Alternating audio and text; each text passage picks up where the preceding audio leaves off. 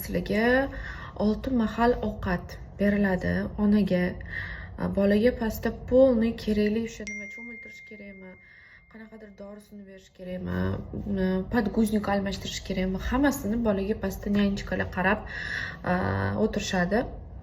Sizlar bo'lsa shu necha kunlik paket olsanglar, ya'ni 7 kun, 10 kun xohishinglar, himmatinglar o'shanga qarab har kunida xohlagancha nima deydi, protseduralarga kirishinglar mumkin. Masalan, fizioterapiyalar bo'ladi, mana bu qorin ketkazishga har xil apparatligisi bor. Undan tashqari beauty, mana uxotlar, manikyur, pedikyur, kosmetolog bor. Xullas, qizlar tug'ib chiqqandan keyin o'ziga qarab olish, yaxshi ovqat yeb olish, kuch yig'ib olishga qanchadir muddat juda ham katta chiroyli uxot qilinadi bu yerda.